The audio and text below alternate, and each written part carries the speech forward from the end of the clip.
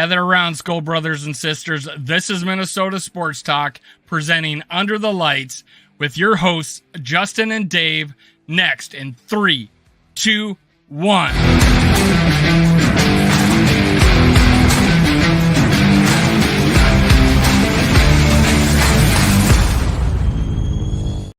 Gather around, Skull Brothers and Sisters. This is Under the Lights, brought to you by Minnesota Sports Talk. We got a special guest, the chairman of the board, Mr. Prez, Tony Pegel, brought his horn. Yeah, he was born in 61, the same time as the Vikings. A coincidence? I don't think so. Tony Pegel, how you doing, man? Doing great. How about y'all? We're good, Tony. Thanks for being with us, man. We appreciate you. Did you coin the phrase, Skull Y'all? Yeah, I realized after I don't know how many years, I'm introducing myself and talking to people, tourists and whatever at a bar. When I left, I say, well, Skull Y'all, and leave. And then, so it just popped up, and I made little stickers with it, and people liked it, and so there it is. So yeah, I've trademarked it in Tennessee. That's awesome. Before we continue, let's get some shout outs to some of the listeners. McAndrew, Skull Brother, Mary Fist, Chicken Soup for My Soul, Skull, My Worthless Opinion. The guy with half of his opinions are not so worthless. Good job, man. Way to join the show.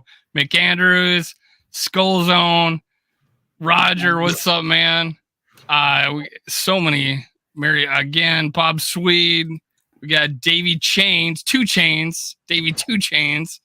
And here we go again, Roger. Hey, thanks for everybody showing up. We got Tony Pegel, the president of the Nashville Norsemen fan club, the greatest fan club I've ever been a part of in the 12 years I lived in Nashville. 8 of it, I was actually watching Viking games at Will Hagen's. I don't know the address. I know it was really near my work. So that's where I'd go. Tony, man, how long have you been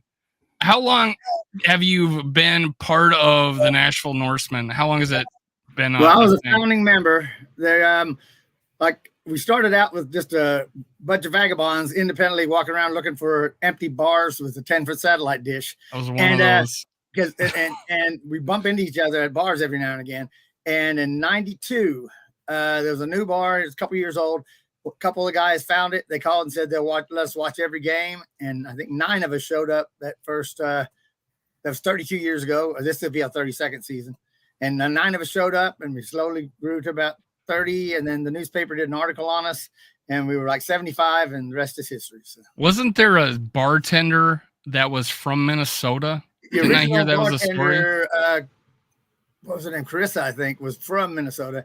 And then there's been several. It seems like there was one that used to make a lutefisk every Christmas that was there, for about 20 years. She moved back to Minnesota. But yeah, we've had quite a few waitresses that are from Minnesota.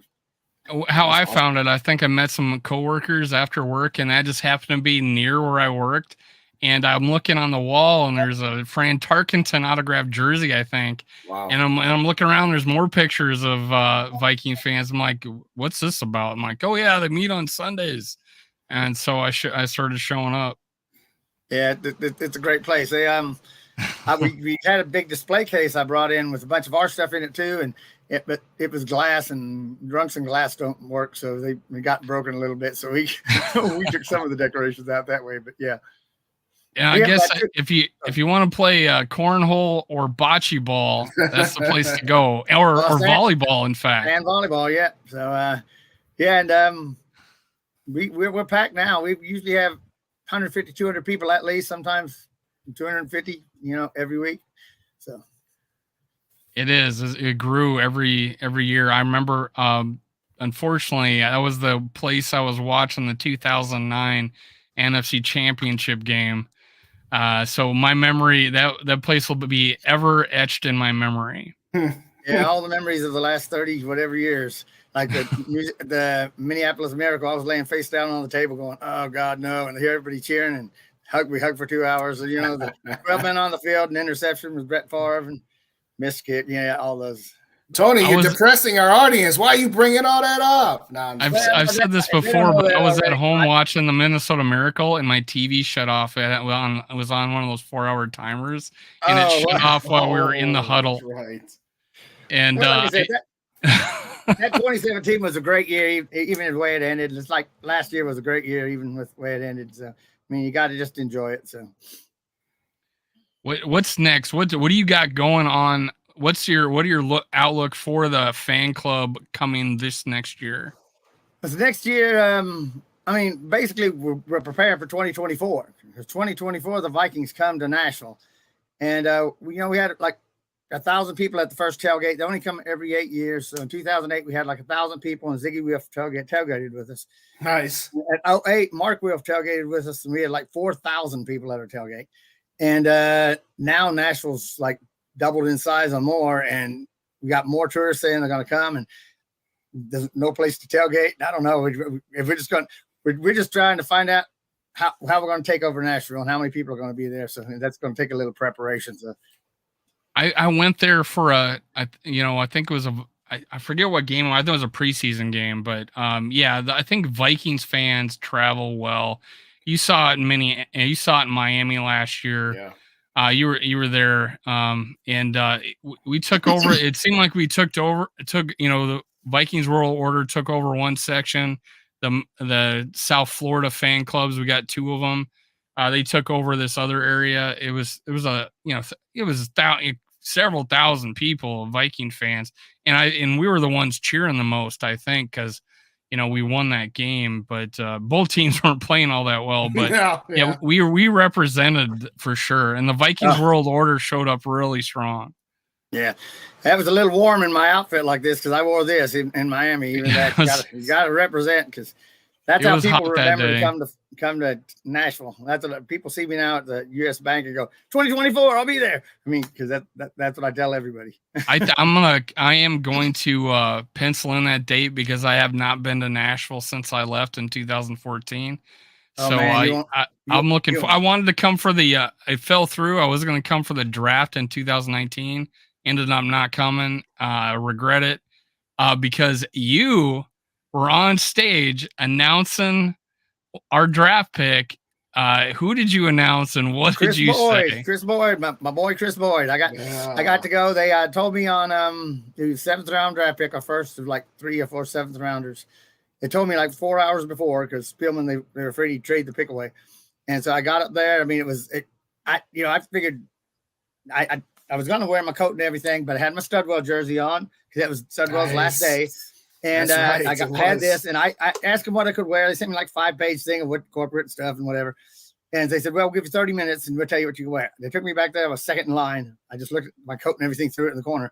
And then they started counting down to go on stage, and they get down to like 7 seconds. I don't have the card yet. And I'm like, well, don't be a kicker, for God's sake. I was like, I thought they'd help you pronounce the name or something. But now they just sitting there and like the 7 seconds they had. An easy name to say, though. Chris Boyd. I can do Chris Boyd. So there you go. Got to blow my horn. We told the crowd earlier and spread it back. I was going to do one skull clap. And 3 blocks down, skull, the whole crowd went skull. And I got to blow my horn. So got a question. Is Chris Boyd going to be the Hall of Famer that you actually said he was going to be? Of course he is. Like I said, there's 217th pick in the 2019 NFL draft. The Minnesota Vikings select future Hall of Famer Chris Boyd, defensive back. And so I was hashtag future Hall of Famer. So of course he will. He'll be the first special teamer Hall of Famer. He'll be in the special teams wing. Of the Hall of Fame. I remember his rookie camp and whatever. I kept, say, I knock it out of the park, whatever. Hashtag future Hall of Famer. And he's like, I haven't made the team yet. Stop it. I'm like, oh, I'm sorry. We got a request from the sorry. Oh, they're talking about in the chat. Joe Cap died at age 85. He took us to our first Super Bowl in '69.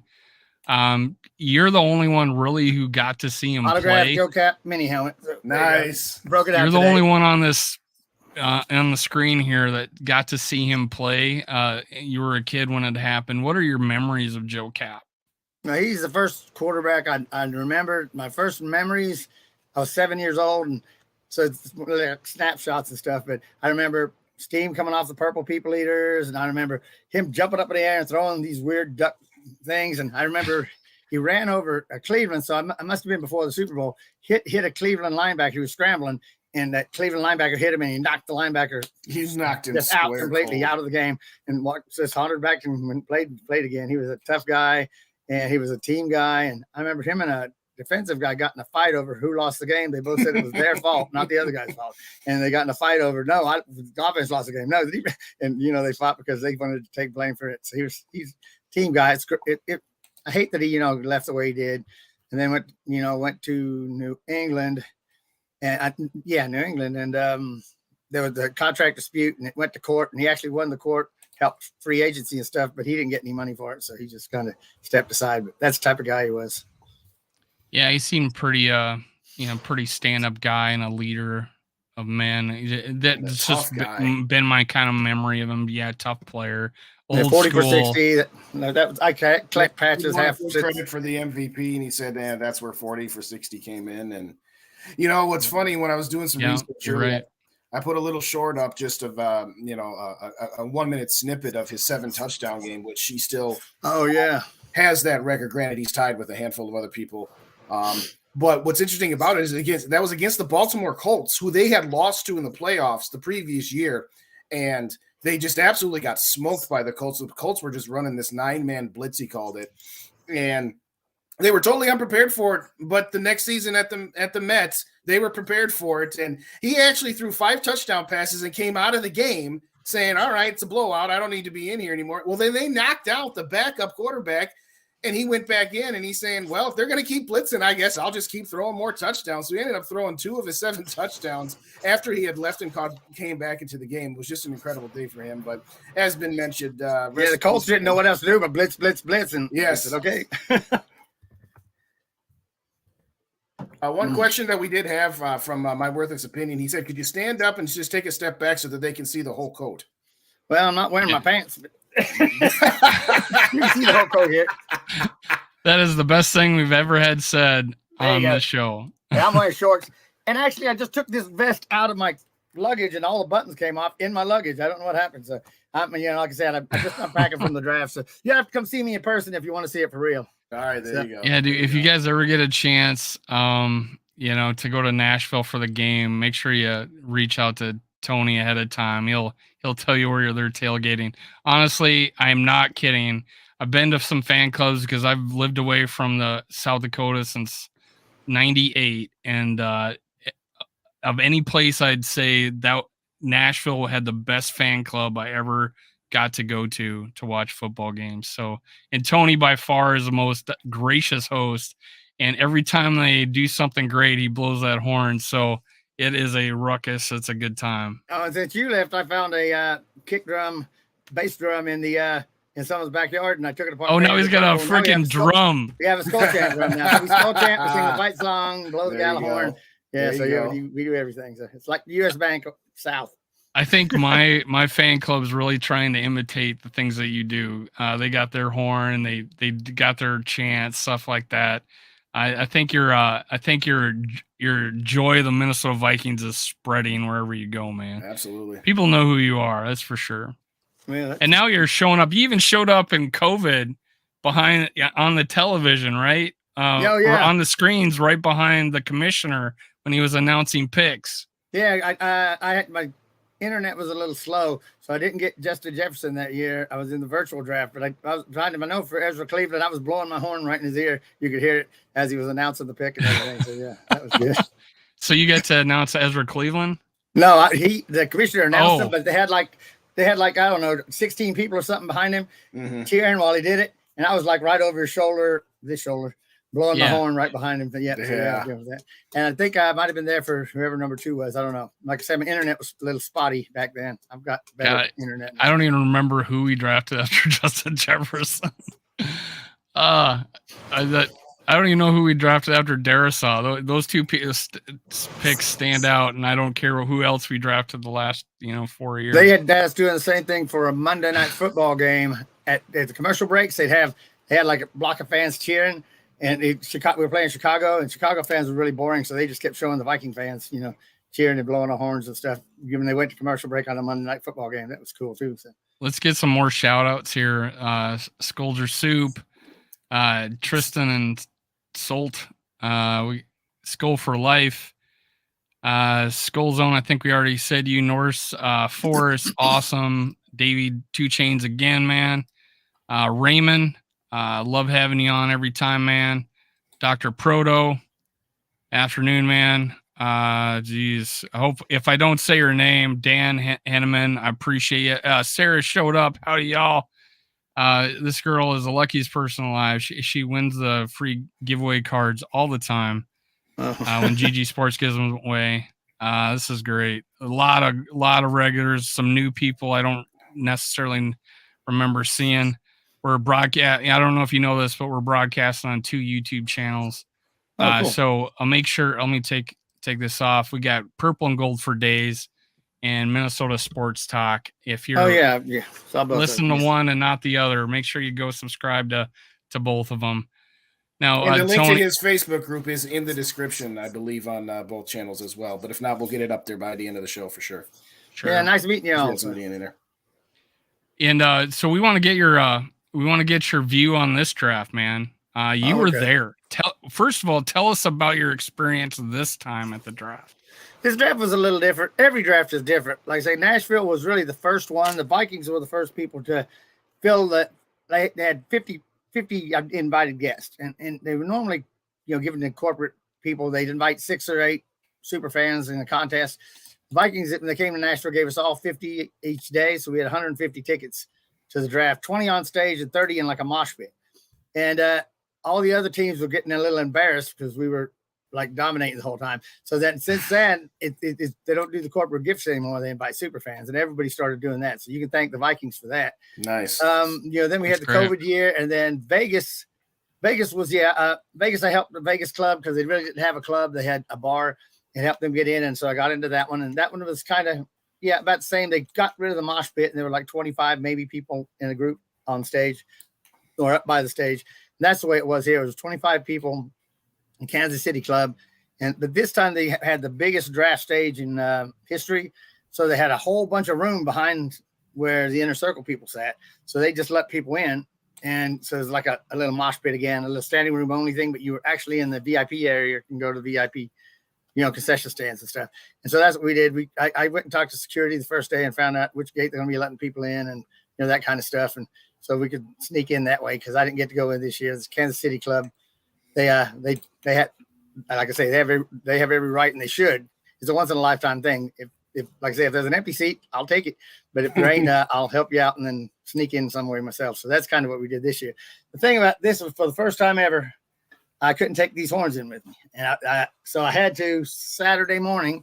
It was Thursday. Thursday night, I was walking around naked. It felt like an ox instead of a bull, like it'd been neutered or something. So I couldn't stay very long. And Saturday morning at 10 o'clock, I drove over into Kansas and bought these foam horns. Nice. And, foam ones. That's awesome. Yeah, well, I mean, there's a hat, but I had to stuff washers and stuff in here to keep the foam from falling out and get it. And I didn't expect to get in Saturday, so I strapped them on my head and went in there, and I got on stage, and all weekend they're kind of falling off. But I've got my kinder, gentler Kansas City horns, this year. But I still felt like I probably took more pictures this year than ever, and I'm like, this isn't what I really look like. I have real horns. I'm not soft and fuzzy Viking. I got real. But yeah, it was a lot of fun. And on Saturday, Kansas City kind of didn't let any teams invite anybody, so they want to get Kansas City fans in. So I was the only Viking on the floor for about 2 hours. So every time Saturday morning, it was just me hollering and blowing. I thought I was going to lose my voice till I stuck. Then they started looking for Vikings. I said, bring these guys in. So that was kind of cool. So, but yeah, it was really fun. The thing about the draft is we all love each other. It's off season. We're not playing anybody. There's no rivalries. I may have to hate you in September, but in April, everybody loves each other, and it's just a lot of fun. Did you start becoming friends with other maybe super fans that you've seen from other teams? Oh yeah, I know lots of them. We see each other. Like Jamie, he's big ball head for the Dallas Cowboys. I hate the Dallas Cowboys because it's 70s. Dallas went to 5 Super Bowls. We went to 4. So you beat Dallas, you go to the Super Bowl. When I was a kid, and but we're real good friends. When Dallas came to play the Titans, I went down and saw them in the stands and all that kind of stuff. So, and Captain Jack, the big Raider fan, we're both just sailors. Once every 8 years, 4 years, we have to pull our ships up beside each other and fire a cannon. But other than that, you can like each other. So. Hey, just so you guys know, if you guys were asking where you could find him, he's not necessarily on YouTube, but his Facebook group is Nashville Norsemen. one of your more active groups. You get to see pictures of everything Tony goes out and does. So it's a great fan club. I don't know, Justin. I'm gonna ask Justin. Did you start like posting on his Facebook channel after, because I started to see you posting on his channel. Did you know who Tony was before that, or did you know about the Nashville Norsemen? No, I just, like you, joined a bunch of groups to spread the word when we started doing this here, and interacted a little bit on there. So no, it was just by sheer coincidence.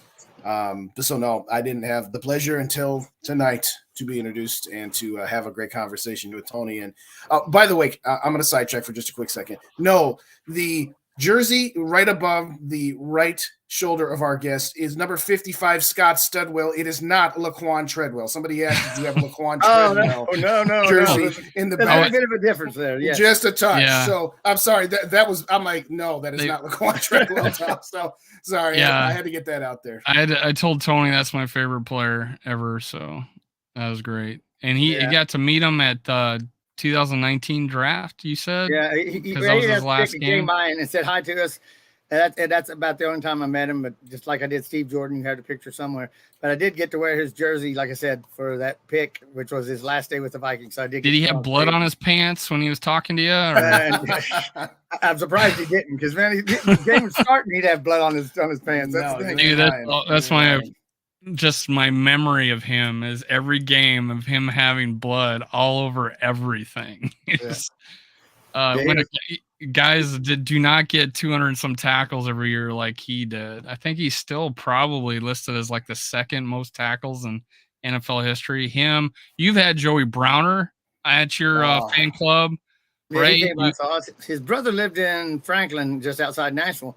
And he came down for like a card show and was signing cards. And the guy who was doing the card show was a Viking fan. So he came over and we got to sit, eat dinner, have a few drinks, ask some questions for a few hours. Yeah, Joey Brown is a bad man. Someone here is asking you, and those are two guys I think should be in the Hall of Fame, but they're not. We didn't win Super Bowls, so Joey Brown was him and Ronnie Lott were the two safeties. Scott Studwell.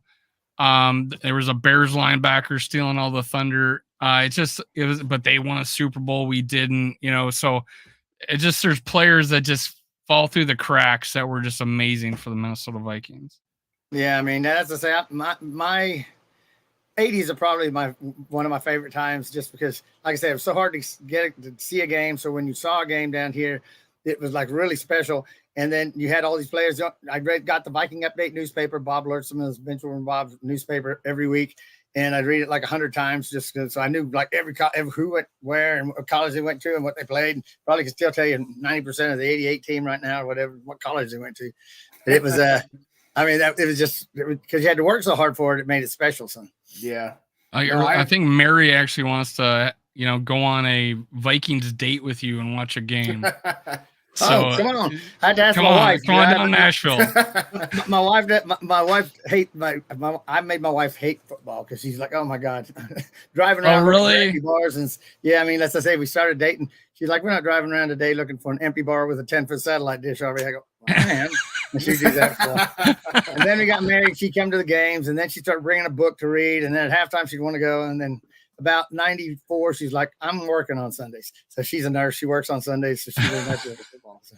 It works out. I mean, my wife didn't come to the game with me either. And my son's not into sports quite yet. He's still pretty young. So I know the feeling of not having your family at, one of the things you find passionate about. I did have a question here that someone questioned whether you were from Minnesota. So tell us how you became a fan again.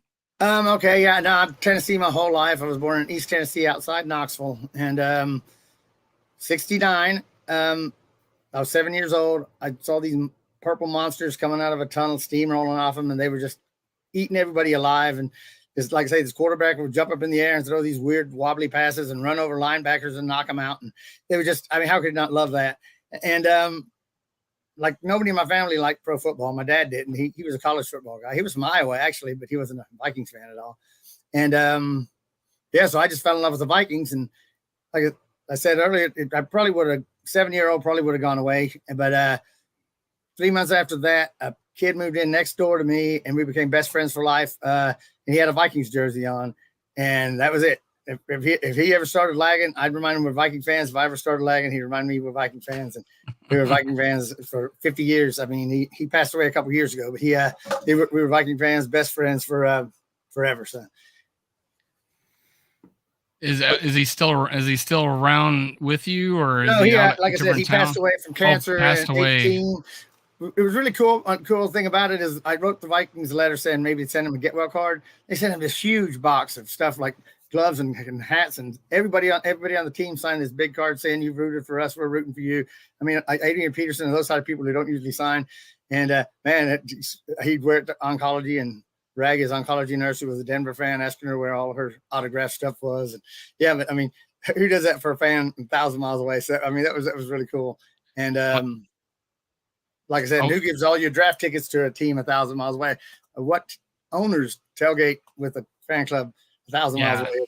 So I mean, the Vikings are special. When I think about, if anybody complains about the Wills, it's far and few in between, but I actually think about how those guys partied with you outside the stadium. People asked me, how did I get them to get there in 2008? And I was like, I wrote them a letter. I asked. I mean, I figured there's no way they'd come, but I said, hey, we'd like to invite you to the inaugural game, blah, blah. And they wrote letters, we'll try. And I didn't expect it, but then Trish, their assistant, called and said, well, we'd like to know where you're going to be and what time, and their executive assistant calls and wants to know, I think they might be coming. So that is absolutely amazing, man. And my best friend, childhood friend, we stayed best friends forever. He passed away from cancer too, about 4 years ago. And he was a Cowboys fan, unfortunately. No. But I have at least it wasn't Packers. Yeah. I'm literally at his funeral. And they have a collage of pictures up. And there he is in one of these little pictures of him like 8 or 9 years old wearing a Vikings jersey. And I'm like, and I go up to his family, which one of you decided not to tell me that he was a Viking fan when he was a kid? And they hid that secret from me our entire life. That's wild. I'm like, man. And I'm like, so I brought that up in his eulogy, but yeah, it's like good that your best friend was a Vikings fan. Yeah, that's awesome. Viking stories, and we couldn't remember which role we played. He said, "Oh, you did that." No, I did that. That kind of stuff. He said, "I didn't have a Viking shirt." I said, "Yeah, you had a Viking shirt." That's how I knew. He goes, "He was a big Viking fan, and you turned me." And I go, "So yeah." I mean, it was fittingly, I guess he passed away. We were watching New England game against. Of course, we lost that game. But we were watching the Viking games at New England game when he passed away. So he watched it while he died. So that's cool. Well, my best friend's name was Jeff Houck. What was your best friend's name? David Smith. Good name. So good name. We got to went to our first game ever in 2000. It was January 2000 playoff game, wild card game against the Cowboys. And the Cowboys didn't buy all the family tickets, so they released them like the Tuesday before the game. Oh. So I got like 10-yard line, like 10th row or something for like face value. And he lived in Memphis. I lived in Nashville. So we just met in Illinois. I left my truck at Walmart and we drove on up and pulled in and watched us beat the Cowboys, which was really cool. So that's always, I mean, we actually pulled in the hotel parking lot when the Music City Miracle happened. It was on the radio. Wow. That happened on Saturday. And then I got to meet James Hetfield from Metallica because they were playing at the Target Center. And then we got to go tailgate in Valhalla along the river and, go in and watch us beat Dallas. That's cool. So Tony, are you just living the best life? I mean, I would just love to just walk around with Vikings gear and horns all the time. I know. But people love the horns. That's what I say. If I take this off and I shave in the off season, no one knows who I am. It's my secret identity. Nobody has a clue who I am. So it is. Yeah, I mean, if I could do this all the time, yeah. But life doesn't like to do that. So, what is your alter ego? Actually, I'm retired now, but I have a master's in chemical engineering. I worked in environmental engineering all my life, and then when environmental enforcement went down a little bit, my wife and I can't have kids, so we had her house, we paid her house off, and she said, stay home. Because we, believe it or not, the only job offer I got after I got my master's degree was in Green Bay, Wisconsin. No, I swear to God. Well, in Thailand, Wow. I could have moved to Thailand, but my wife didn't want to move. I would like to move to Thailand, but my wife didn't want. She said, just stay home. So she's a nurse. She got health insurance. I work like having to chip my toilet out today. I'd have to do my own plumbing and roof my own house, but as long as I do that, we're okay. So that's great.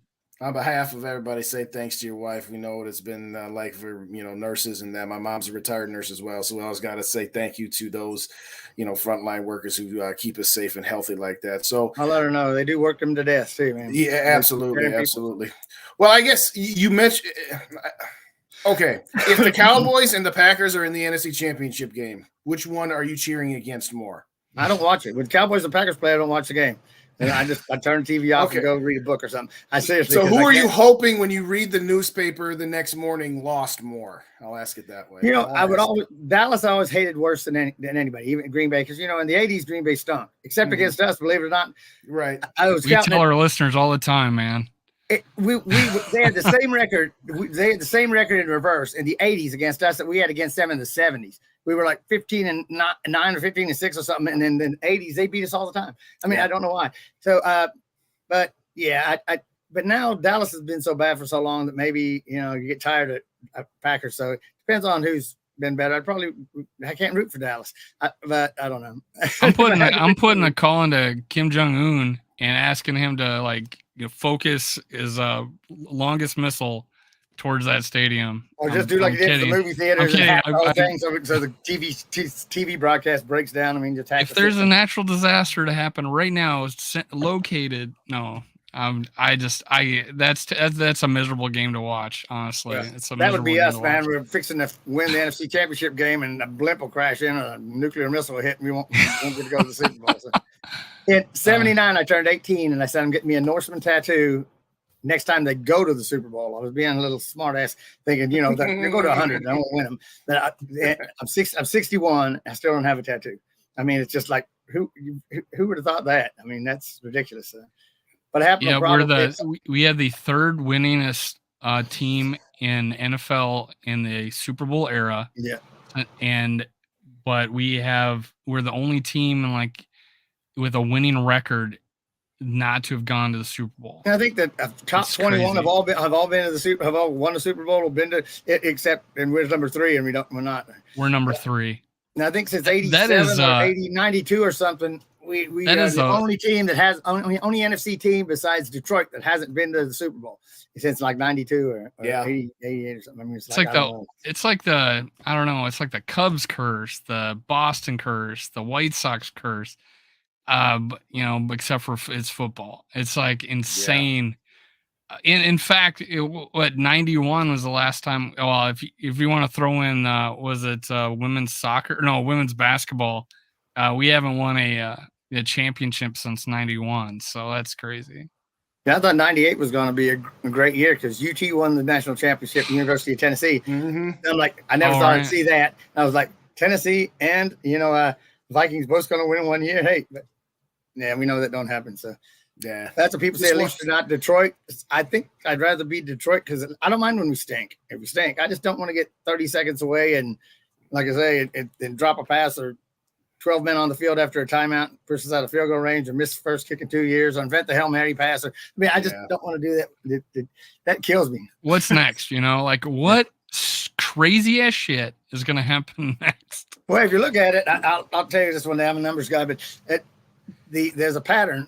You could see each of those losses in the final 2 minutes of the NFC Championship game. You could predict it was going to happen. In fact, I did in 09. I said, I'm not believing this. And Brett Favre got me believing on that last drive, and it did it again. Because it was every 11 years. Well, actually, not even it would happen. But actually, it was every 176 regular season games takes you back to the Hail Mary pass. So, I mean, Hail Mary pass, and then 176 regular season games, you get to 87. And then 176 regular season games, you get to miss. 176 regular season games, and you get 09. Then 176 regular season games was 2020. I thought I was going to kill myself, but COVID killed that curse, I guess, and it's over. So thank God. In my lifetime, 87 was the first time, and then like you said, 11 years later, in 98, and 11 years after that was 09. Yeah, we almost kind of forget about that 2001, the 41 donut game, because there wasn't the last second heartbreak in that one. That one was just that's like 2017 Eagles game. There were a lot of new fans today said this is horrible. This isn't even in my top 20 worst losses. No. We knew in the first quarter we're going to lose. I can do that. I mean, that's fine. Somebody asked me about the 60. Is that the 60 jersey? Yeah, I guess. Yeah, what's the 60? That's why I brought this up. Oh, hey, that's why I hung it up here. I have to brag a little bit. This is 2020 was the 60th anniversary of the team, correct? Okay. Yes. That's they you. They elected Tony. the 60 greatest fans of all time, believe it or not. Nice. And a boy from Tennessee I got a jersey, I got a football. My face is in the Viking Museum in Egan. Go look at it. I was elected one of the 60 biggest fans of all time. That's incredible. Boy from Tennessee. Dude. Tell me that is incredible. That is awesome, man. Yeah, I know. That's just. I'm somewhere in I think in the thousands. I think I'm somewhere in the thousands. Well, I'm not gonna argue with them. If they want to make me one of the 60 greatest and put my face in the museum, that still blows me away. I'll go sit there and get a picture of. I was at the museum a couple years ago. If I knew you were on there, I would have looked for it. Yeah. In 2020, they were going to have all the 60 greatest fans, and then we were all going to meet like at one of the games at halftime. That COVID came. So they just put a picture of all of us as you walk in the museum on the left. There's all the 60 greatest fans up there, Millie and Sid and me. You got Hub, me, the original mascot, and all those people are up there. And my face is right next to Millie, believe it or not. And I'm right over Millie's shoulder. Mary Fiss asked who your favorite player is. And I can't say. I have to do it by decades. Paul Krause in the 70s. And Scott He's been on our show. Yep. And no one could wear 22 except Paul Krause, except Harrison Smith, because Harrison Smith can do it now. Because we went to the same high school. He went to Knoxville Catholic, so did I. And, is that right? Wow. Yeah, awesome. And, yes, he's a Tennessee boy, a Knoxville boy. But yeah, and then Studwell in the 80s, and then in the 90s was Randall, and then Moss going into the 2000s, and then Harrison Smith. And then, of course, in the 20s has been Chris Boyd. Of course, you had to do that. So, and at least for the time being. So, going forward, who's a prospect to be this decade's favorite player? Well, like I said, Chris Boyd was, but now he doesn't play here anymore. So, well, let's see. Right now, I mean, Justin Jefferson has to be up front. I mean, come on. But I love Darisaw too, because if you watch Darisaw, I mean, it's fun to watch him just get a defensive lineman and go and just like toss him off to the side sometimes. I mean, Darisaw, especially go up against a linebacker or a DB Darisaw when he's running down the field blocking. I mean, he'll just throw somebody into the front row of the stands. I mean, Darisaw is a beast. I like him. So yeah, he is. Couple quick shout outs. Zach and Julian, thanks for joining us. I know we haven't gotten your names out there as quick as I normally do, but we got a guest and he's like butter. He's on a roll. But ching. Anyway. Yeah, you get me talking Vikings. I'll talk fast and won't shut up. So no, you fit right in with us. No, in all seriousness, that's generally how our shows go anyway. So you're right at home, brother. You're right at home. So back to the draft a little bit. I'd like to get your opinion on some of these players. I actually got slides for us here. What did you think of us? Well, let me get Justin's face back up here. Yeah. Nah, I'm messing with you, dog. Whenever he gets too salty, I just do this. There we go. Jordan Addison. This kind of reminds me is we didn't need Randy Moss. We didn't necessarily need Jordan Addison. That wasn't our biggest problem, but we went and got Jordan Addison. What did you feel about this pick? When they made the pick, I really wanted Porter because he's grown on me just because there was a run on wide receivers and we needed wide receiver. If we didn't pick him, then I don't know who we would have got, at the end of the third round. So it's probably a good pick because we wouldn't have had a decent wide receiver there. The whole draft was kind of weird. I thought this year we'd get a grip on how crazy and KOC like to pick. Last year they traded back and got the meat of the draft, second, third, fourth round. This year they had nothing in the second and third. And they kind of reached, if you look at the metrics, but they have metrics we don't. So he's a little small. He's faster than his numbers say. And so that's good because I didn't think he could run outside at first, but it looks like he can. He's a little, I mean, he reminds me of Jefferson sometimes, how he fakes out the cornerback. He knows what cornerbacks are trying to do. So that's good. And he can get open. Sometimes he gets a little too fancy and takes too many steps trying to fake a guy out. I'm a little worried about against big cornerbacks because I'm afraid if he gets jammed at the line, it'll mess up his rhythm. And sometimes against contested catches, he can't compete with a larger cornerback. But I think it's a good pick. Yeah, I was a little. We didn't have a second pick, but that was T.J. Hawkinson. So we can say our second pick. If you say, "Hey, we got Addison," and the second pick we got T.J. Hawkinson, you can kind of think in your head that we did pretty good in this draft, considering those two guys will be frontline starters for us. Now, let me bring this back up. This was a kind of a surprise pick. Mekhi Blackman. I'm looking at it and I'm like, we're drafting, and I'm looking up top, the NFL.com. I'm looking at ESPN.com where they ranked corners, and ESPN had them at 30 at cornerback, and NFL.com had them at 40, but PFF ranked him like the second highest rated corner in their board as far as grading system, not actually ranking, but he was in my top 100 players. I usually get the top 100 players and get a kind of sort of consensus and mark them off as I go. And I was like, who is this guy? But I was thinking like Ringo. I think they said they were like Ringo was there. Yeah. And they said there were like 13 cornerbacks ranked above him on the consensus board. But what does that mean? We'll see. So it's a little other thing. He's a little small. But he's really confident and he's really aggressive. The thing that worries me is he doesn't seem to know how to backpedal very well.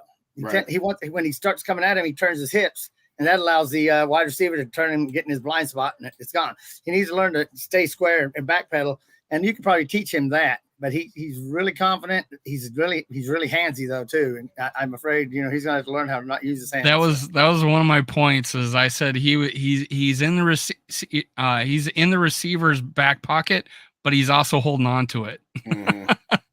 So but he looks like an aggressive player.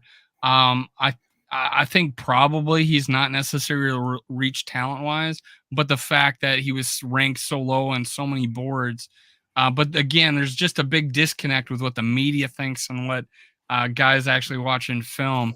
I give us credit. If we really like the guy, we actually got traded down and got extra picks because of it. So I really like that. One or two things is going to happen. Either he's going to look really ridiculous because he was so far down the consensus board and he ended up the consensus being right, or Queasy's going to look like a genius because he's going to turn into something and nobody thought he was going to be as good as he was. There's not going to be much of an in-between there. Yeah, our guy Mateo, what's up, man? Mateo does not like to pick. We'll give me 1 second, guys. My dog's barking. I got to let my dog in. Sure. No problem. Hey, Mateo, thanks for showing up, man. What's up, Mateo? I don't think you said hi to Zach earlier. I said hi to Zach, yeah. Yeah. What do we got here? Addison's liquid hips. He's so swerve. He's got swerve. All right. So Norse Foles used to be KB, by the way, if you remember KB at all. Oh, okay. He changed it up there. Man, don't change your name on me, man. Yeah, I know. I forget where I was that I saw him. He's like, "This is KB." I was like, "Oh, okay." I'm like, North Force, but anyway. It says he goes Blackman was even worse than Evans as a stretch, but Evans ended up being like pretty good, right? Evans was. I mean, it's hard to tell from when you have that. We'll find out this year. 3 concussions. I mean, we'll find out, like you said. Yeah. That's what I say. We'll find out how last year's draft was this year. Blackman is basically dancer with 3 inches shorter. Yeah, he is skinny. Yes, skinny. I will say that. At the end of it, like I said, Quasy's either going to look really great or he's going to look really dumb for that pick. It's just going to be as simple as that, to be honest with you. But you think that Quasy being an analytic guy that he looked at the consensus board and the metrics to try to stick with it, but he has his own analysis apparently because like I say, he's off the consensus board and he doesn't mind doing that. So. Scolder Soup agrees Addison got JJ like Moose, but Tony said too many steps, but that can be worked on. I think I put out like a poll of like, is he 1B? Is he number 2? Is he number 3? Or is he a bust? and most everybody said clear number 2. But some people said 1B, like he's gonna be like that, the second number 1 receiver we have on the team, like Carter and Moss were. But guy can run routes, and like you said, too many steps. That's something that can be worked on. But he's shifty. He's not the biggest guy. He doesn't drop balls. I don't think that was an issue for him. And he's got the work ethic. That's the best thing about it, is that everybody to the man says that he's the guy that shows up early and is trying to perfect his craft. And I think that's just the best thing about him, because he's got the talent, but that just adds the Well, he and Blackman, I guess it's a USC attitude maybe that they and Blackman too. That's the one thing I like about him. And they're confident. Donatell, say what you like one way or the other, but his passive defense, it seemed like it taught our cornerbacks to be scared all the time. Oh, it was horrible to watch. It was horrible to watch, man. These people will be at least aggressive. That's why everybody liked Duke Shelley so much. I mean, I didn't think he was that great. He was good, but he was aggressive, and we weren't used to seeing aggression. And so anything that when you attack a receiver, I mean, we like that, even if you miss him. But This actually might be a replacement for the guy you announced as a draft pick, because he's looking like he's going to be a special teams ace. We announced him as a cornerback, but Jay Wardell at LSU, we have probably one of the deepest safety groups in the league right now. He's just adding another one, and is like a very flexible, can play nickel, corner, safety in the box. Yeah, in the box. So what do you think of this pick? I think if he could be a slot quarter or a box safety, he'll be like a specialist sort of guy. He won't be in there on down. So. And I guess he's a special teams ace. This quarterback, let's go with D tackle first. I was wanting D tackle. I was like Mezzie Smith. If we like traded into the second round, like we traded down and got more picks, I'm thinking let's get a D tackle. We ended up getting Jaquelin Roy. I gotta say his name right. Jaquelin Roy in the 5th round. And he fits a need for us. Where do you think does this guy get a chance to start at nose tackle for us? I don't have the stats in front of me, but he's a little small too, isn't he? He looks like he's like 303, 305. Oh, that's not bad. 6'3", 305. But yeah, for a nose tackle, it's a little small, but that's not bad. I watched a little bit. He seems like he's better if you put him straight on the center. You don't put him in a gap. That when he has to move laterally, he's a little weak. It depends on if we use that type of alignment where he can just take the center on. I think he'll be good. He can push the center back in here, but it tends like when he gets in the gaps, he's a little unsure, a little slow to, move off to whichever block he's got to do. But that's something you can learn too. But that's just very little that I saw about him. One of his big positives, I thought, is that he's a really strong person. Yes. And he's hard to move, and he's smart, and he uses leverage. And I don't know about his pass rush, though. That's the only thing down is we weren't getting any push up the middle. That's why quarterbacks, especially backup quarterbacks, seem to be able to step up in the pocket and just go crazy on us. So that's hopefully he's the kind of guy where someone could step on that D line and just get that push up the middle. And he's from LSU. I mean, LSU had a good team, so they didn't have too many bad players. Well, for me, the only thing that an enemy in the house, Packers fan. I'm sorry, I'm a Packers fan. Don't be mad at me. I just want to see score. What were you saying, Justin? No, what I was saying is that my expectations for Roy is simply don't get pushed around. Just anchor the interior of the defensive line. Yes, I would love for you to turn into that Lawrence guy from the Giants that ate Garrett Bradbury's lunch in the playoffs and whatnot, but just be a solid anchor in the middle of the defensive line. And I know that's probably lowering our expectations a little and lowering our standards, but we've been so terrible the last 3 years in particular since Linval Joseph left. We've been so mediocre to bad on defense in general, but especially against the run, where it's just like, I just want the guy to just hold down the middle and let the linebackers flow and that sort of deal. I'm not asking him for 12 sacks a year. I'm just asking him to hold the fort a little bit. So well, both offensive and defensive line, the center of both lines have not been what we want. So. No. Yeah, that was the other thing. We kept our center from this past year at a steep discount compared to what we thought he was going to get because he did have a pretty decent year when healthy. Um, but we kept that part. We kept the offensive line intact. What's your opinion? We have the same play caller for 2 years in a row for the first time, and this is the first mention of his name, Kirk Cousins, on this show. We went 50 minutes and 36 seconds. It's the first time in his Vikings career that he's got the same play caller 2 years in a row and the same offensive line, all positions back-to-back years intact. How do you feel about that? Are you optimistic because of that is something that hasn't happened before? You got to be. I mean, to me, offensive line especially, they got to play together to learn. And apparently, the offensive line coach and KOC have found formation that Bradbury can play in, so he's not just getting beat up all the time. I can't remember who the right guard is, a rookie, but kept stepping on kept stepping on a Cousins' feet. It's like he's got that weird stance where his foot's back there. He keeps stepping on him, but I mean, he's a rookie, okay? So he did okay, and then you got Cleveland on the other side. So he's still young. So I mean, you got let him gel. I wish we would have got some backup because when someone gets hurt. Mm-hmm. It's like last year. If someone gets hurt, then what do? You just lose. I mean, that's basically what it is. So we need to get some decent, backup players because people are going to get hurt.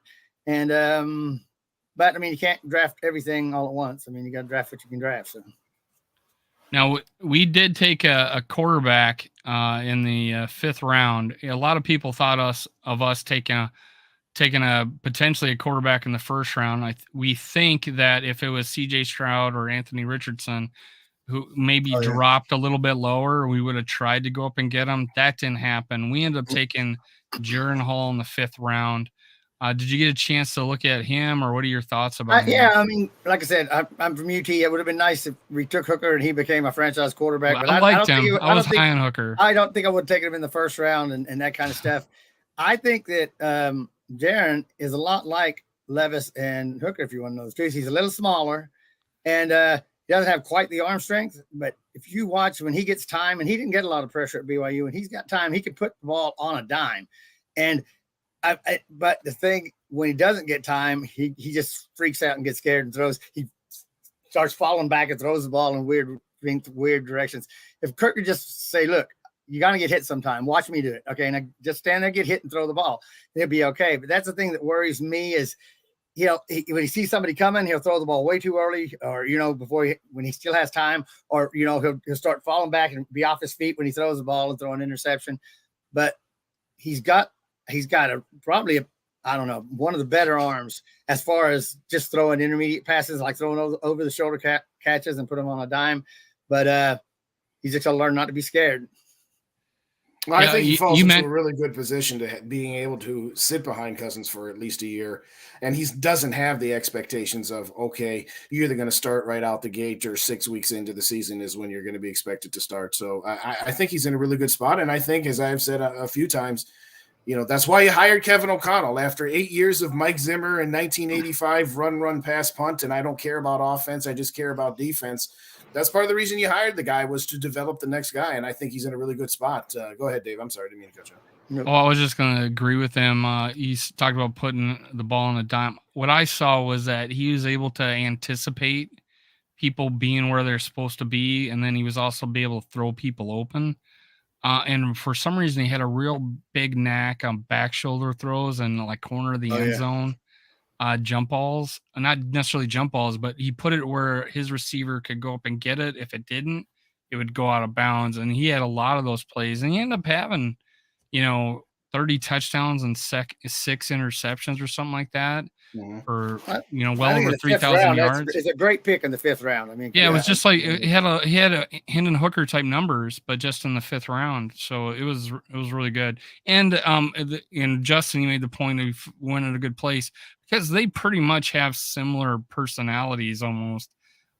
Maybe not as stiff as Kirk Cousins, but he still has that really conservative attitude and team type. I'm here to play football, as show me the book.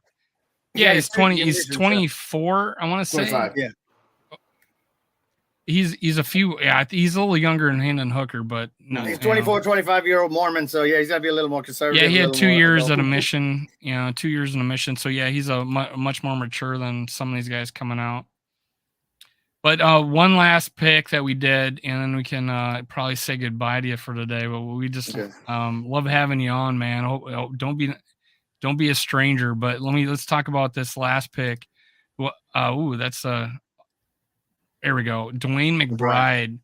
Now we've had some good running backs. Go ahead. We've had some good running backs in our day. This guy kind of stands out to me, and I labeled him as our steal of the Vikings draft. And I had 3 last year, but I only have 1 this year that I thought we really got a good deal on. And even Mel Kiper had him like 89 on his top 100 board, and we got him in the 7th round in the 200s. So what do you think of him, man? Well, North Force just said that Jared Hall was his draft crush. I think McBride might be my draft crush. You look at him play, he's playing like JV ball, but man, he looks like Barry Sanders and Jim Brown put together or something, but playing in the little leagues. Let's see what he can do when he gets up here.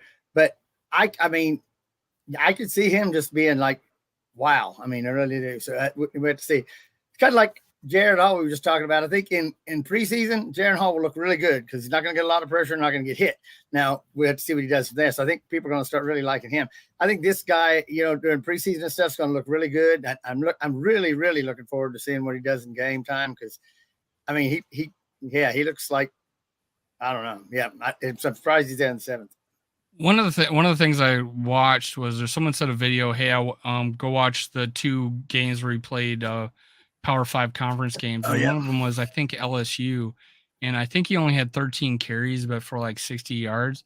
But I went and watched a video that had every play, every touch that game, and you mentioned Barry Sanders because I mentioned that in my video that I did on him, is that he is not shifty, obviously, as Barry Sanders, but he has that low center of gravity, hard to bring down like Barry Sanders.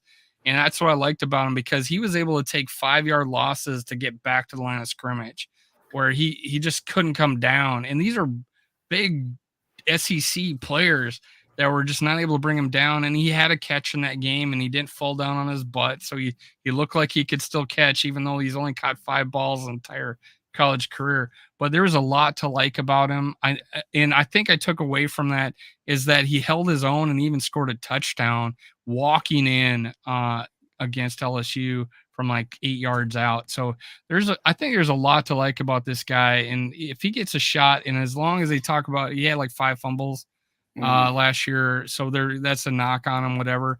But hell, I don't know. Adrian Peterson had like almost double digits one year. So hey, keep it below 5. Fumbling running backs, we like that. Now to me, he like I said, I think I read somewhere he had the 2nd most yards after contact of any running back. Mm-hmm. I mean, there's a lot of good things. First hit, that's a big, like Jim Brown or like Earl Campbell legs on a Barry Sanders body or something. I mean, it's just kind of wild to see what he can do. That thing is, can he catch passes? He hasn't proven that yet. Can he block when he needs to? Because he's kind of small. That Blackman, that worries me too. Blackman, when he has to come in and run block, sometimes looks like he says, I ain't taking on that linebacker. So I mean, it's those sort of things you got to look at. But I'm really looking forward to seeing McBride. So.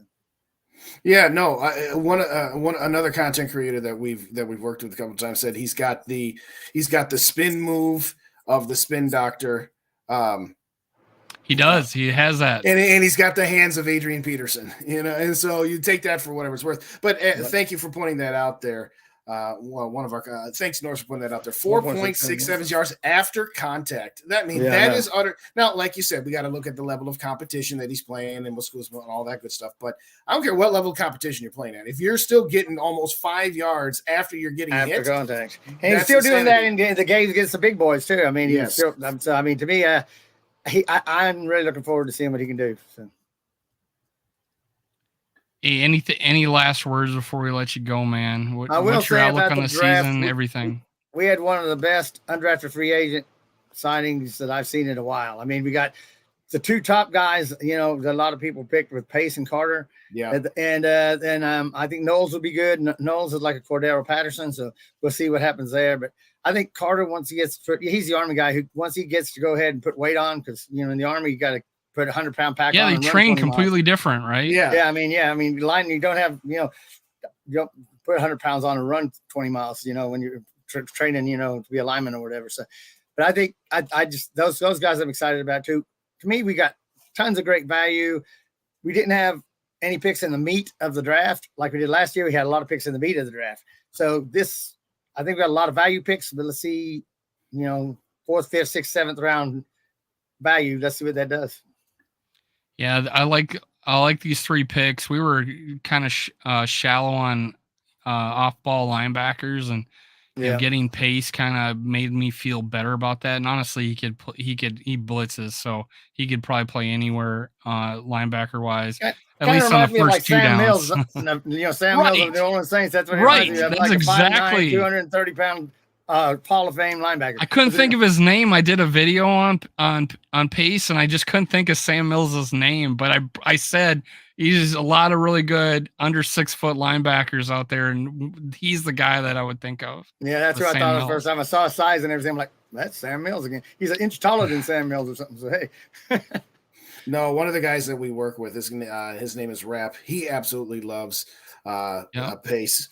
And another guy that we consult with who does a lot of draft work. His name's Dante. He absolutely hates Ivan Pace. He's like, he's not even going to make the team. They have $100 bet as to whether he'll actually make the team or not. And I'm on. Really? It's $100. I'm probably paying him $70,000. So I got nothing to lose. That's what I look at it. Well, no. Did you see my video? I did on that. Yeah, that was. I had a good time. It was one of my favorite videos I ever did. Yeah, was pretty good. I decided who do I listen to more, this guy or this guy, and then made my own opinion of him. So it's pretty good. I think he's going to be a contributor, and he could be a starter in this league. Yeah. He's at least a 2-down linebacker in this league. Yeah, he's definitely 2. I mean, his pass coverage leaves a lot to be desired. I'll absolutely agree on that just from what I saw. But at the same time, it's just like, hey, when he's on, he looks like he's on against the run, and when he's blitzing, he's knocking the snot out of people. So we'll see. Who is that linebacker? It's ridiculous to grade a draft like less than a week or a week or so after you pick them. You're not going to know. It's a lot of fun, so that's why we do it. Right. But so and it this time of year we're all Super Bowl champions. Yes, right, everybody's 0-0, baby. Just enjoy it. So. Yeah. We had that linebacker, and I can't think of his name. You guys probably know. I'm just terrible with names, but he was a downhill thumper that we had 10 years ago, or God, I can't think of his name. Inside. What was his name? He played for us like 4. No, Henderson was. We had Del Rio for a while. We had who did we have? Daniel. We had Rudd for a while. I'm probably going too far back, but what's his name? I can't think of his name now. Well, 16 years ago would have been what? 10 years ago. Oh, 6 or 10. 6 somewhere. 6 or 10, okay. I want to say maybe it was even earlier than that. Well, that would have been the end of the Chad Greenway era. You're not talking about him, are you? Before Chad Greenway. Okay. Well, during Chad Greenway. I can't think of his name. He ended up being a free agent. We let him go, and then I think we brought him back for a year, if I'm not mistaken. But hey, don't. It's going to come to me sometime. I'm just terrible with names, but he kind of reminds me of that kind of player where he's a downhill thumper, and will wreak havoc. He didn't always get to the quarterback, but he made him step up to where there was help. I just think he's going to be a guy that's just going to mess with the play, man. He's just going to get in there. He's always clubbing people's arms away to get around him. People are missing him because he's just quick to get, to duck under. However, he may not get to the quarterback. He's got shorter arms. He's short himself. He's not a long player, but he's aggressive. You're not talking about Eric Kendricks, are you? Might miss the play. Anthony Barr, maybe. Eric Kendricks, Anthony Barr. Barr, those ones, but we've got Is it Napoleon Harris? No. Is it Napoleon Harris was for the Raiders? I remember. But yeah, that was we got him for like a season. I'm gonna. We did pick a lot of older, slower, short arm people. We drafted this guy. If you look at it, you're like, we drafted this guy. What's up, Rap? We were just talking about you and Dante, Rap. That's funny.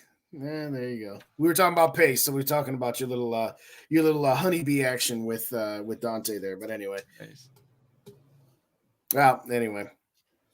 Now it's gonna eat at me. I know. Yeah, as soon as we end the stream, you'll come know to who me. it is. Yeah, it'll come to me. I'm so bad with names. You'll be with the rosters for the last 20 years trying to figure out who it was. So. Yes, exactly. Jeez, I don't know. I wish they would just give me a list of Vikings linebackers. I think we pretty much said them all, Tony, didn't we? I'm trying all the ones that have been around for a while. I'm trying to think of. So. But I'm an old man, you know. I can remember people from the 70s and 80s that I can't remember who played last week sometimes. All right. Let me put in a date. Let me put in 2010 Vikings roster. Let's see what pops up here. Let me see what pops up here. Linebackers. And Vikings number 54 or 53 or something. Let's see. Linebacker, running back. This is a terrible production value, but yes. Well.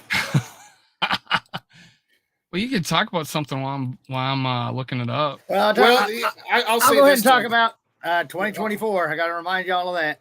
Yes. It'll be a pop quiz at the end of the show. Vikings come to Nashville in 2024. So come see us. You won't regret it. You don't have to wait till 2024. You can come 2023. You'll have a great time. Come during football season, man. Like I said, we do it upright. We probably gonna have a raffle every week this year of signed stuff. I got a barn full of stuff, and we need to raise money for some charities, cancer charity and stuff. I got it. That kind of stuff. But yeah, who'd you find? Jasper Brinkley. Jasper Brinkley. Oh, there you go. Jasper Brinkley. That's who he reminds me of. He's a thumper. Before I came on. Okay. Jasper Brinkley. Yeah. And he did. He came back and played for. I was right. He came in 2009 to 2012. So it was over 10 years ago. But he came back and played for us in 2014. There you go. He skipped a year and came back to us. There we go. Jasper Brinkley. There it is. Well, hopefully we'll get another victory next year with you guys. I mean, the last time they were there, if I recall correctly, that was 16, which would have been the game. Opening night. It was opening game because Teddy Bridgewater got hurt 5 days. Bridgewater got hurt. Kendricks had a pick six, if I recall correctly. Danielle Hunter had a safety. We didn't play well in the first half, but then we did in the second. We had 400 seats together, believe it or not, and I can't remember who the quarterback was, but Sean Hill probably, right? Who was that? Probably Sean Hill. It would be my guess. I think it was like Bowen or Castle. I don't know, one of those guys. It was one of those journeyman guys. I don't remember. Yeah. But he said at the press conference afterwards, he could hear us sing the fight song every time they scored. So that was cool. We set up a Teddy's for Teddy charity. We collected 1,000 teddy bears to give the children. I remember that. Well, that was cool. It was awful to have Teddy's leg fall off for no good reason. But yeah, it was, like I said, we had almost 4,000, between 3,500 and 4,000 people at the tailgate. So, hey. Mateo, I was talking about the way they played, not their size. So yeah, I know Brinkley was bigger than him, but yeah, it's just I'm talking about the way they played. Well, believe it or not, this is only the third time the Vikings have played a regular season game here. 08, 16, 24. So there you go. That's right. Because that does take them back to before they were in there. All right, good point. I hadn't even thought of it that way. They had a bunch of preseason games, but they always played the last preseason game, and so they always play when it's so hot you think you want to die, and you're wearing all this. It's always in September when they play. Actually, I asked Bob Hagan, why do you always come for the last preseason game? And he goes, well, we kind of get to pick that. And we like to party on Broadway on Wednesday and Thursday night. We don't want to be there on the weekends. It's too crowded. So they pick the last preseason game. I said, well, okay, I forgive you. Just call me. I'll have a beer with you when you come down. No kidding. Okay. I remember that. I remember watching Donovan McNabb. I'm in they were practicing in the end zone. And I tweeted out, he looks good in purple. Boy, was I wrong. The first Viking game, regular season game here was the last Tennessee Oilers game. It was the last Oilers game ever. Was it 1998? Vanderbilt Stadium, Randy Moss's year. So that's kind of a good trivia question to remember. The Oilers' last game was against the Vikings in 98. But the Titans have only played twice. So I only played the Titans twice. So. That's it. Yeah, so that's pretty well. Yeah, I think it was the day after Christmas, if I'm not. Day after Christmas, and I was on the shady side. There was like an inch of ice on metal bleachers, and I didn't want to sit anyway. I had my fur outfit on then. I had a fur outfit. So I was walking around just going in, blowing my horn, and the security would run me off. I'd go on the next one, blow my horn, go on the next one. That's all I did all game. that was 98. Yeah, that was a lot of fun. My first game ever actually was actually a preseason game against Kansas City Chiefs in Memphis at the Liberty Bowl in '98 because Mike Lynn was leaving and was trying to get the Memphis Showboats of the USFL or whatever football league that was in Memphis. So yeah, I written that was my first game I ever saw, and then went to a Cleveland game that year with Herschel Walker, and it was frozen, and it was like 20 below, and we went into overtime, and we lost in overtime, which is probably good because we would get a butt kicked. Like everybody was so drunk by that time. But it took me to 2000 to get up to Minnesota for a game. So, well, have you been to US Bank Stadium? Yeah, I go to a couple games a year. We were lucky the first year because it was hard to get tickets. But the two guys who actually found our bar here worked for Jostens. And Jostens headquarters in Minnesota. Yep. And they have Viking stuff all over their machines. They make yearbooks and stuff. And one of the vice presidents came in and said, "Hey, you want my tickets to the club down there?" Whatever club it was. For a Thursday night game, we couldn't go. So yeah, hell yeah. So we had like $400, $500 seats in the club down there the first year against the Dallas Cowboys, which of course Dallas beat us at the end of the game like they always do in Minnesota. Yeah. But I was there for Halloween that game, front row in the corner of the end zone. The only action that happened in front of me was that catch with 54 seconds left where we lost the game to Dallas again. I'm like, no, come on, man. I did that was with the backup quarterback, right? Was that yeah, that's that picture you hear me with did you show with me with that? Oh, the one that I use as our thumbnail. Field, from me sitting in the front row there. So yeah, yeah, I would frame that and like have it every room in my house. I want to drive my wife nuts. Why are you putting this area? Because I love it. That's why. Yeah. Well, I do have. Hell, I want to frame that picture of you and put it in my house. I have one, but I don't know if you've seen it with me in Vegas with the big Ferris wheel behind me, and my horns look really huge because they got this fisheye lens, and I've got that hanging in here. My wife goes, "You have a picture of yourself on the wall?" I go, "Yeah, I got to." Next year it's gonna be a mural. Yes. Yeah. I'm gonna commission a mural. Next year it won't just be the spare bedroom, it will be the entire basement. So what do you think? This is the second bedroom and it's just about full. I took a picture of me and my wife down. She goes, "You took our picture down?" I'm going, "I'll put it back up." But yeah. Oh God. Tony, this has been an absolute pleasure, man. Tony, you're awesome. It's been fun. Like I say, I just remember 2024. Anybody come to Nashville, it's a fun town. Funnest day of the week is Sunday. Come see us and Skol, y'all. We'll invite you on again, man. Just do that. And we'll we'll probably be bigger by then. We'll probably have a bigger audience. We'll be. I've watched about half your episodes, so yeah, you got me hooked. So well, I've been unceremoniously just posting on the channel, and Justin has too, and I appreciate you and many other fan club members of not treating us like spam, because I feel like we are bringing something to your guys' fan club, and I just appreciate you just been completely, and you're like one of the main people that comment, so I appreciate it, man. Well, I saw your stuff and I went and looked, and you were posting a lot. And then I made sure that you were actually making comments that were worth something, and nobody complained. So there you go. Like I said, people say, "Why are they all the time?" I made it. I got vetted. People seem to like you. I seem to like you. So you seem to like me. So well, I was like, man, and I did post like, "Hey, I used to be your fan. I used to be part of your fan club." So I was like, "Hey, all right, someone like me, please." No, for real. We'll definitely do this again, and we'll definitely, I know it's a ways out, but we'll definitely try to, if the schedule hit me up anytime. Have you, next year too, the week of when we do the Tuesday night show before the game, we're out there, because that'll be awesome. Actually, my mother's mother, that side of the family is all from. I've never been to Tennessee, but they are from there. And my mom and I do keep saying, we have to actually go back and visit family that we haven't seen in a very, very long time. So if by some chance I do get there, I'll hit you up. You got my word. Yeah, do it definitely. I mean, even if it's off season, absolutely. Sit down, have a beer. I'll show you what bar, whatever. Let's see what yes. Like, so. And you heard it here, folks. Justin just signed up for 2-year extension on Under the Lights, Minnesota Sports Talk. I'll show you that. That's my little sign. Join the invasion. Viking. I can't do my camera right now. Yeah, there you go. There you go. There you go. That's awesome, man. He's already got it for a year out. Oh, look at that. You got awesome, your picture on there. That's awesome. Yep. That's awesome. Okay, y'all. I'm all gone. Right. I appreciate it. Anything Skol, else man. Skol, y'all. All right, man. Hey guys, that was great. That was Tony Pegel. He is the the chairman of the board of Grand Poobah. Grand Poobah. That was the word I was looking for. Of the Nashville Norsemen. I think the greatest fan club in the United States and the world. Yeah, that's Tony Pegel, guys. That was awesome. I've always wanted to have him on. It's the first time I've asked him, and he said, "Sure, no problem. What time?" He's awesome.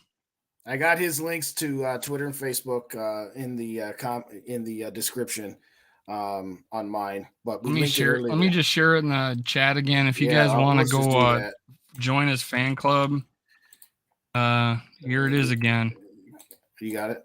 Nashville Norsemen, and you could look at. You just search in Facebook. Nashville. I was about Norsemen. To say it'll stick out like a sore thumb. Yes. Yeah. Apparently, there's a guy like he kicked out of his fan club because he was rude. Made one called Skull Nashville Norsemen. So don't do that one. Do Nashville, just Nashville Norsemen. But hey, I don't got much to say. That was all I wanted to do was just hear stories from Tony Pegel.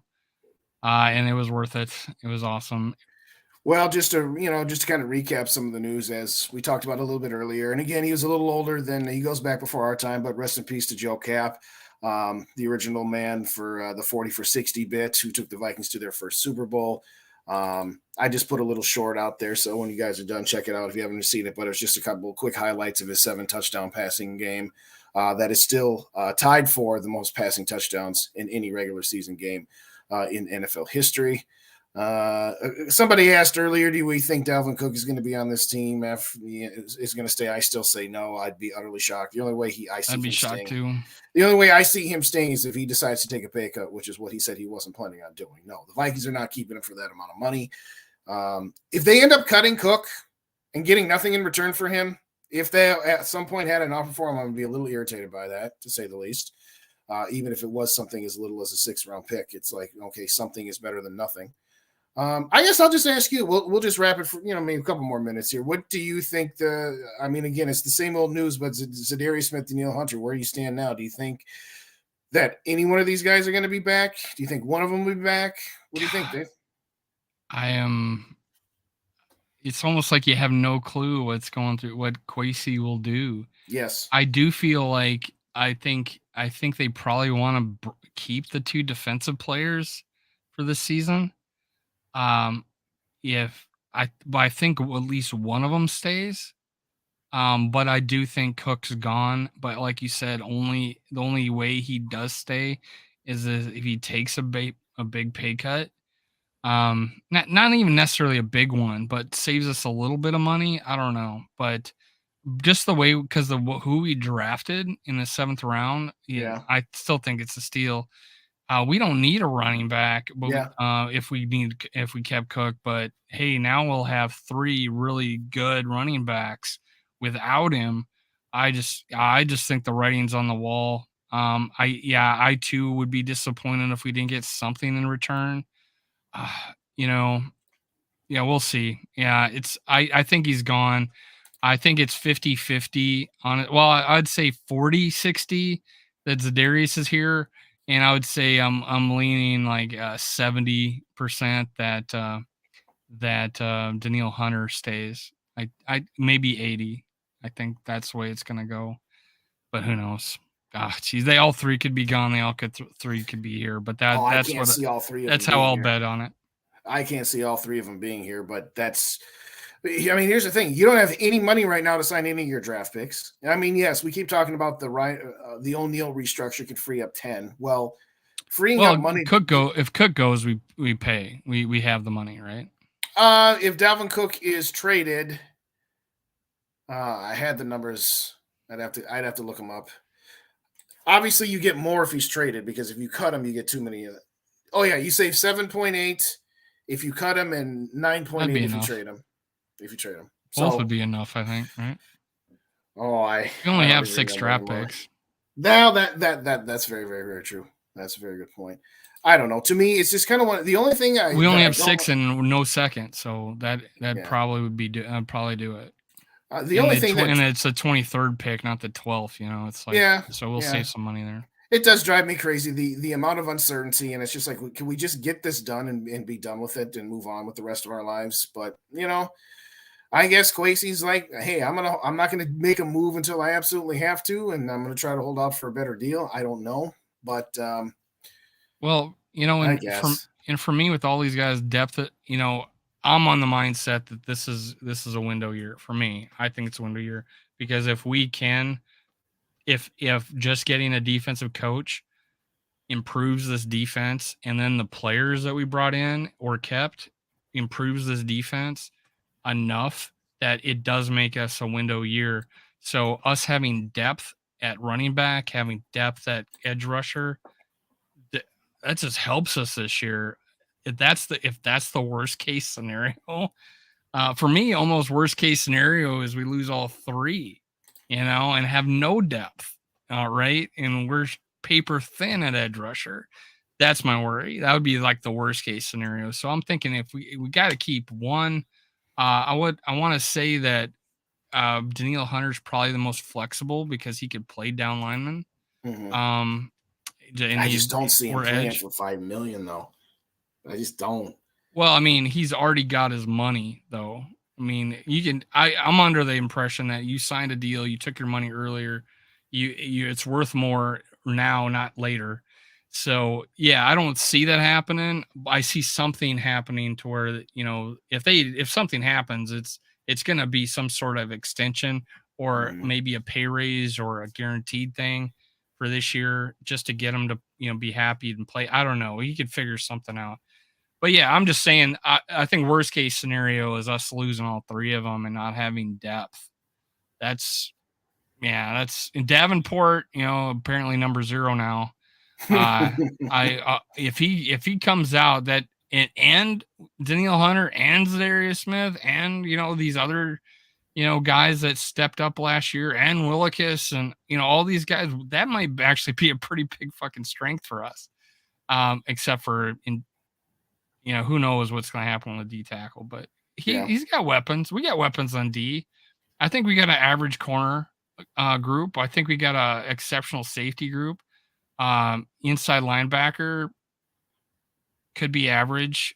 Who knows? It's going to be I think it's going to be an okay defense, especially with a coach that can be aggressive and take chances and cause turnovers like his teams have been known for.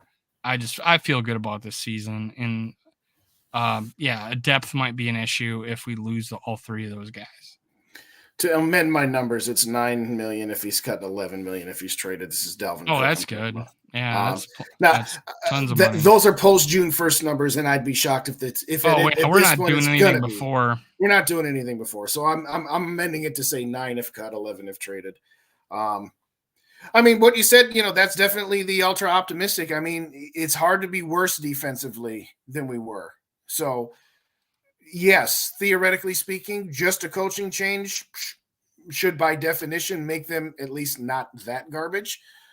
I don't know that I'm willing to say the cornerbacks are, what did you call them? Did you say? I call them an average group. I like Byron Murphy, obviously. The rest, there's so many question marks. I'm just saying they could be an average group. Honestly, if Booth played like I thought he would, like what I expected him to be, barring injury, right? We might have two starting really high level corners, but that didn't happen. He struggled right away and he got hurt. But hey, it's year 2. A lot. Gosh, I think there's just a huge jump from year 1 to year 2 in NFL players that they could figure that out. But adding the depth with Blackman and getting rid of what I think was probably a locker room issue too, and Dantzler, and just I don't know what happened. I'd love to know that. I want to know why he left the team. The last game that he didn't play. Mm-hmm. So I don't know. But hey, he's gone now. We don't have to worry about it. I think we might be addition by subtraction. But yeah, we don't have a whole lot of high end or depth there, but I think it's capable of being. I think the key is us getting to the quarterback. And we didn't do that. No, I would hard to argue with that. Whether that was a product of how How can you be a corner and, cover for that long, True. And be 7 yards off the ball.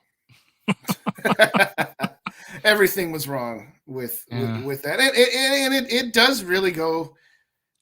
It's almost, I think about week 8, I started saying, you know what, this Vikings team, the best word to describe it is weird. With everything that we see, they shouldn't be, 6-1 at the time, or 8-1 at, or whatever it was at the time, where they were like the number 2 seed and their only loss was to Philadelphia. Do you guys see the Vikings draft was ranked 32 on a site? No, because I don't bother to even. Yeah, NFL. Well, I could have probably guessed that because everything I was doing was based on NFL.com's rankings.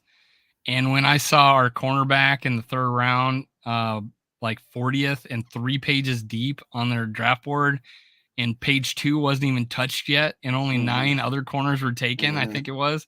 I was like, holy shit, NFL.com's going to rank us pretty low. Yeah. 32nd. I think that's, whatever. Whatever. That's how they had them ranked. They had the number 1 receiver be Hyatt from Tennessee. They had Jordan Addison like 5th. It's like, so I you can't trust them. I get it. When it's the off season and you're struggling to come up with content on a consistent basis, I don't care. It's just like in the regular season, I don't care what power rankings say. Like there was a time last year, I think the Vikings were like 7th in power rankings, and a lot of Vikings nation was just like, they shouldn't be any lower than 3. Why we got us? Who cares? They're just rankings by people. It doesn't do anything for me. It just, I don't care. They could, if they rank us 32, fine. I don't care. They could have ranked us with the number 4 draft, and I'd be like, really? Okay. Because I don't think they're that high either. Ranking sites do nothing for me.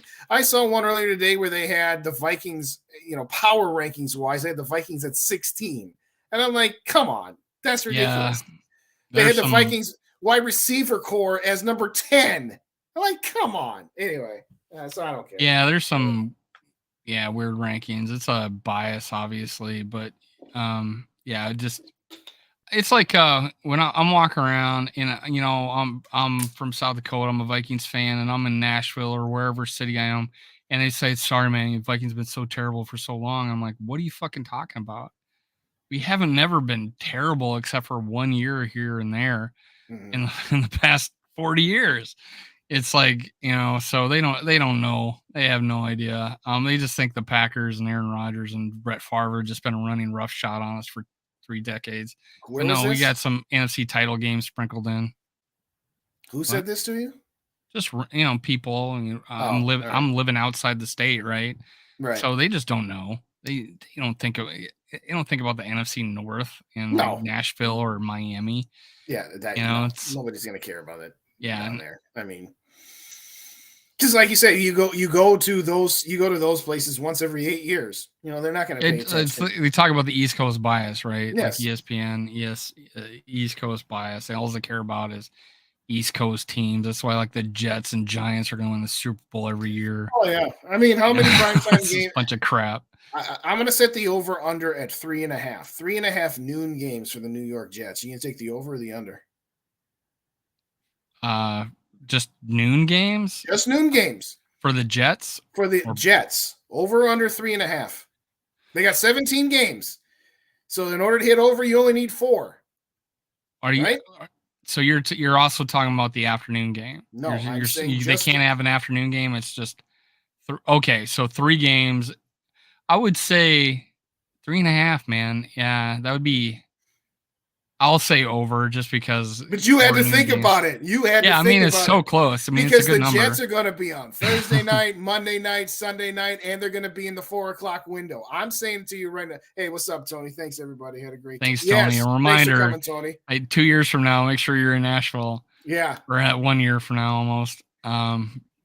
Nashville's a great time. Broadway's awesome. It's right across the river from the stadium. You can walk across it to get to it. Yeah. So I did that. I went to a a Tennessee Bears game. Bears would have almost ran back 4 defensive touchdowns on them. They only got 2. And more Bears fans there than Tennessee Titans fans. And then we walked across the stadium, and then I watched Christian Ponder throw for like 60 yards against Seattle in the bar. It was terrible. It was worst game of his career against Seattle, like a lot of teams do. We just could not beat Seattle. That was a terrible day. No, but my point is that the fact that I set that number so low at 3.5, and that you had to think about it, but ultimately I would have said over 2. I think they'll play at least 4 noon games, but or 1 o'clock Eastern games. But my point is that the Jets are going to be on national TV for at least 10 games this year. This is ridiculous. But I mean, I would be high on them too. I mean, they were pretty good this past year, and then you throw in a good quarterback finally. It's like they've not had one, you know? It's like they've not had a good quarterback. They did against us, but lots of teams did. Yeah. I went there for 2 years in 91 and 92. I transferred to USD, University of South Dakota in Vermilion, and got my teaching degree and master's degree in education. And then I moved away in 98. But yeah, the SDSU. There's a year to move away. SDS, yeah, I moved to Fort Myers, Florida, 1,700 miles away. But yeah, South Dakota State won the national title this year in the FCS. They call it is the FCS, the whatever. Yeah, it's FBS and FCS. I forget what it is. It's the lower division. Oh yeah, but yeah, they won. They couldn't win championships when they were Division II, but they go to Division I and they win a freaking championship. Yeah, funny how that crazy. Was, right? Screw it, and they beat NDSU in the championship, which was awesome. No to the Yotes. I'm sorry, man. I went to both schools. I got an affinity for both schools. They just didn't, I actually business degree to start out with. They did not have a business program. They lied to me. And then I transferred, and then I switched to become a teacher. There you go. I couldn't handle accounting. Couldn't handle accounting? I just anything. That's my jam, man. Well, the thing is, you had to memorize everything, and then you take the test. That's true. I'll say this, because that's what I went back to school for during COVID, and that's what I'm doing now. I probably wouldn't have done as good if I had done accounting, back in, 97 through 2001. The whole COVID thing where you're just doing classes remotely and you're doing it all online, and you can use all of these resources that we have now. I probably was able to get through it a little bit easier. So I'll definitely. I would have been able to cheat a lot better. if I had the internet back then. Yes. If we had the internet back then, I would have been awesome. I would have been awesome at cheating. You know what's real funny? We'll make this quick here, but I got to tell the story about my daughter. The Rochester, Minnesota public school systems have had an issue with their internet for the last couple of weeks. And so they haven't been able to get their email and be able to do their online stuff for a while, right? And they actually canceled school the first day because we're so reliant on this technology that, what are we going to do? We can't teach. I'm like, what did you do? Oh, let's see. That's right. We did have schools before there was an internet. We didn't get a stay-at-home day because the internet's broken at school. I realize you're really used to the iPads and all of these other things, but you're going to tell me you don't have any books in your libraries that you can have these kids read, or you can't watch some educational videos. I'm just like, you got an off day because the internet doesn't work at your school. That's insanity to me, but what do I know? Anyway, are you scheduled for Thursday, or are you going to try to join the group that does this scheduled reaction thing? We haven't had a chance to talk. I am watching. So no one's talked to me about it.